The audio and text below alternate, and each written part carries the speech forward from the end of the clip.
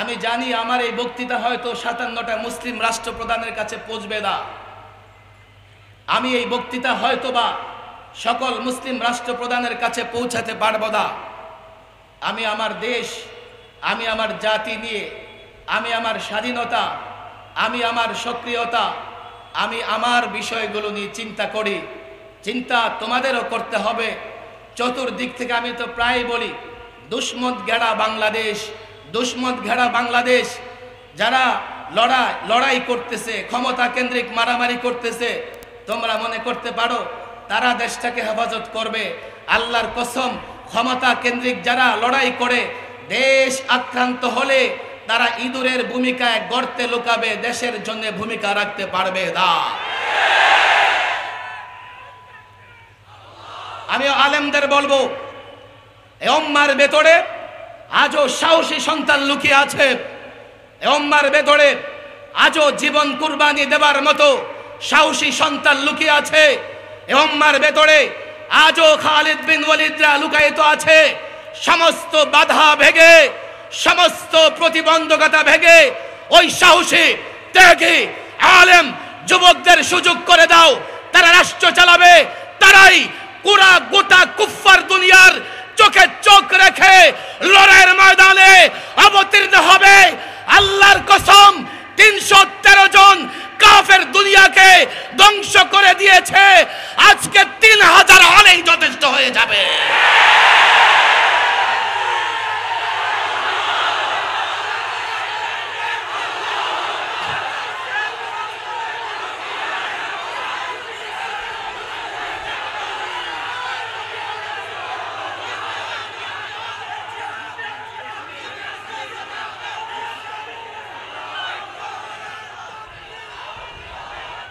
আমার তো লজ্জা লাগে।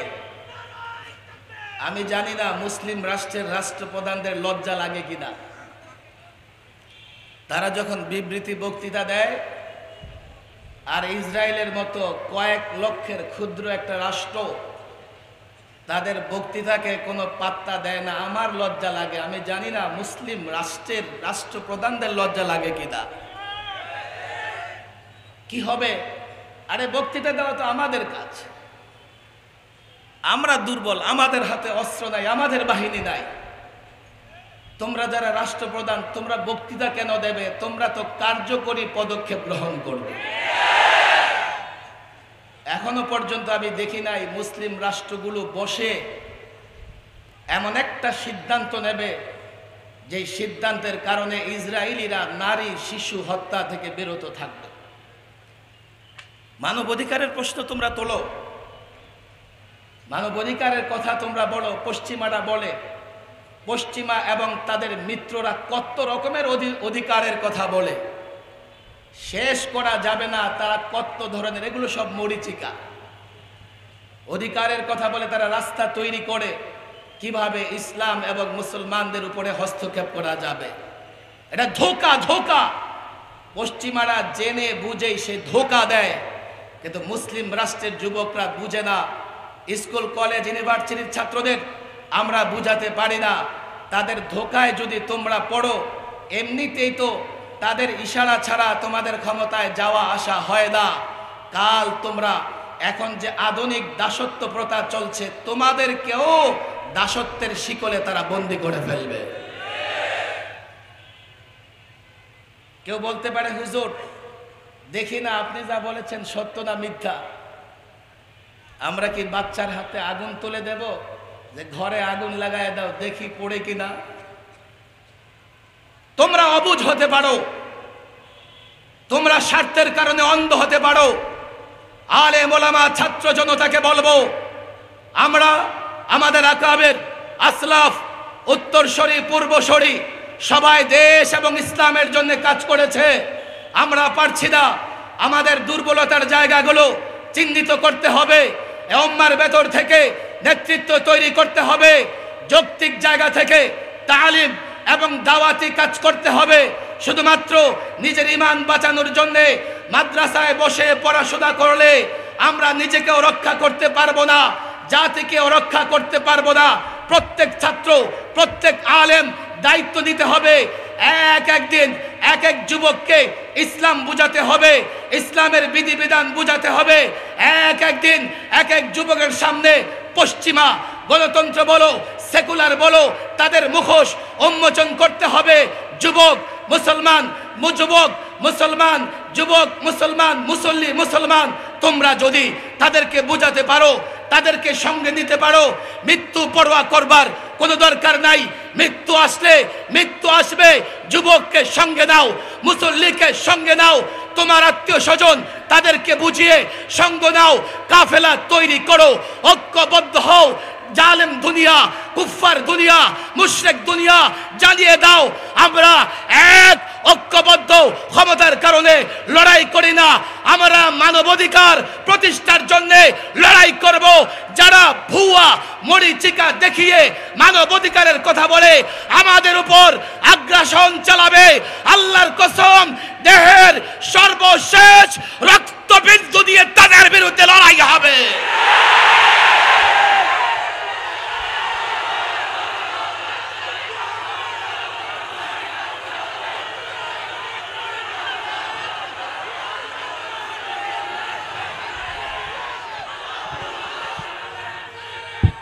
তোমরা তো দলের চিন্তা করো, ওলামায়ে কেরাম এতটা স্বার্থপর নয়, নিজ দলের কিংবা নিজ ক্ষমতার চিন্তা করে। তোমরা কুয়ার মধ্যে থাকো, আলেম ওলামা ছাত্র জনতা গোটা বিশ্ব নিয়ে চিন্তা করে। আমার বিশ্বাস, আমি ছাত্রদেরকে নিয়ে বড় স্বপ্ন দেখি, নিজেকে নিয়ে আর স্বপ্ন দেখি না। এই প্রজন্মকে নিয়েও স্বপ্ন দেখতে আমার মন চায় না।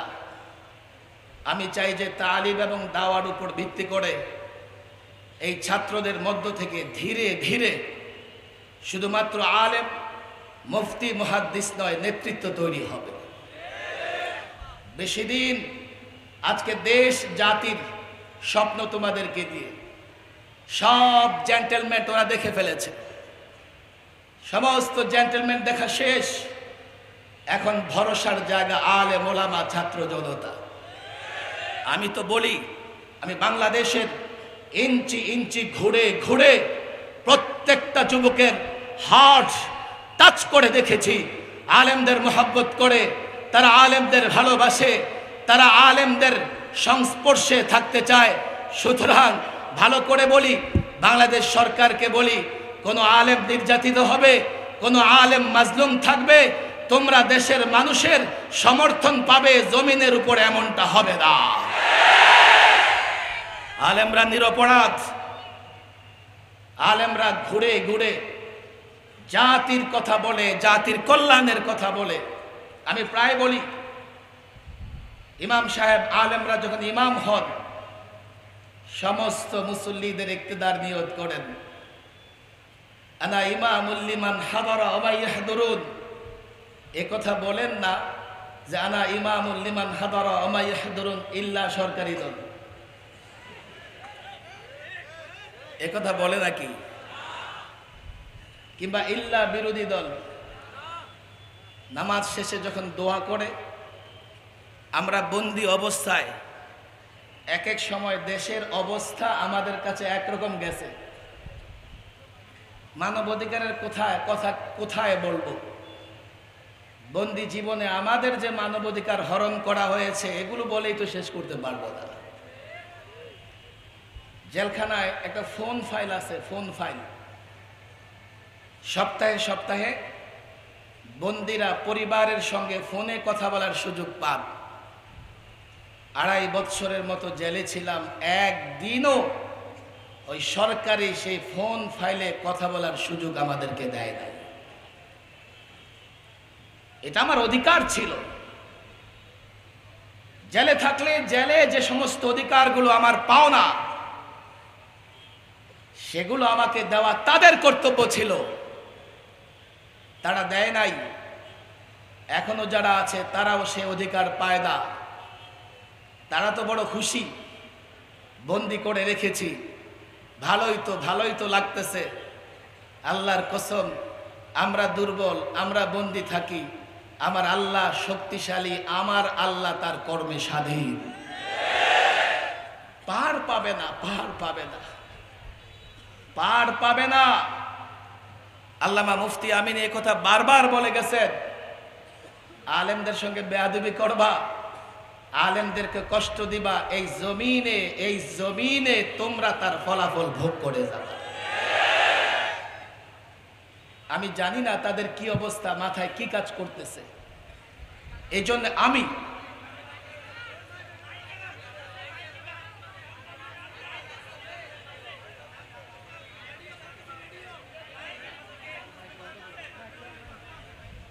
একটু রাখো, কি হয়েছে?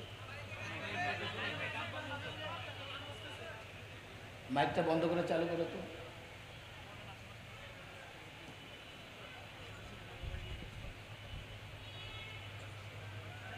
এবার ঠিক আছে? রেডিও বাজতেছে। আমি শারীরিকভাবে এখনো সুস্থ না, যদিও আমি অনেক দূর থেকে এসে প্রোগ্রাম করতেছি। যেহেতু দীর্ঘদিন ধরে আমি চিটাগাঙে আসি না, এবং এই 3-4 মাস পরে একটা প্রোগ্রামে আমি এসেছি।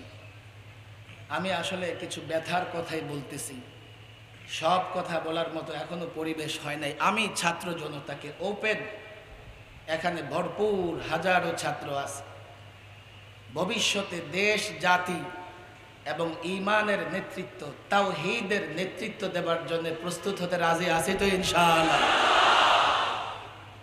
এর জন্য সময়ের প্রত্যেকটা চ্যালেঞ্জ যৌক্তিক জায়গা থেকে মোকাবেলা করতে হবে। আমি জানি না আমি ছাত্রদেরকে বুঝাতে পারবো কিনা। আমাদের তালিমি ব্যবস্থাকে, তালিমটাকে এমন করতে হবে যাতে পূর্ণাঙ্গ হয়। অনেকেই জানে আমি টক শোতে কথা বলি, আমার সঙ্গে অনেক নাস্তিকরাও বিতর্ক করেছে। আলহামদুলিল্লাহ, নাস্তিকরা তাদের কর্মের পক্ষে একটা যুক্তি দিলে আমি ইসলামের পক্ষে 1000টা যুক্তি দিতে পারি। আমি ছাত্রদের কাছে অনুরোধ করব, আমাদের জজবাত আবেগ জায়গায় থাকবে। জাতির প্রত্যাশা পূরণ করবার জন্যে আমাদেরকে যোগ্য হিসেবে নিজেকে তৈরি করতে হবে। কথা ঠিক না বেঠিক? আর আমাদের কি হলো আমি তো বুঝি না। 10টা গাঞ্জাখোর একসঙ্গে সংগঠন করে বসে। কথা ঠিক না বেঠিক? গাঞ্জাখোররা এক দলের, মাদক পাচারকারীরা এক দলের, ভণ্ডরা এক দলে, কিন্তু ওলামা একরাম দিন দিন বিচ্ছিন্ন হয়ে যাচ্ছে। ওলামা একরাম পরস্পরে ছাড় দিয়ে হলেও সীসা ডালা প্রাচীরের ন্যায় ঐক্যবদ্ধ বন্ধন তৈরি করতে হবে। করব তো ইনশাআল্লাহ। নিজেকে প্রস্তুত করো তালিম এবং দাওয়াতের মাধ্যমে। ইনশাআল্লাহ এই জাতি তোমাদেরকে স্বাগত জানানোর জন্যে প্রস্তুত হয়ে বসে আছে। কিন্তু তালিম যদি পূর্ণ না হয়, তোমরা জাতির প্রত্যেকটা সমস্যার সমাধান দিতে পারবে না। দাওয়াত যদি না দাও, দাওয়াতের কাজ যদি না করো, তো তালিম অর্জন করে সেটা তোমার মধ্যে থেকে যাবে, জাতির কাছে ঘরে ঘরে তুমি পৌঁছাতে পারবে না। তালিম এবং দাওয়াতের মাধ্যমে পূর্ণাঙ্গ দিন, সুন্দরের দিন, সৌন্দর্যের দিন, ন্যায় এবং ইনসাফের দিন, ইসলামের বাণী আমরা ঘরে ঘরে পৌঁছাবো তো ইনশাআল্লাহ। আল্লাহ তাবারক ওয়া তাআলা এই উম্মার প্রত্যেকটা সন্তানকে কবুল করুন। আলেম ওলামাদের ইজ্জত বৃদ্ধি করে দিন।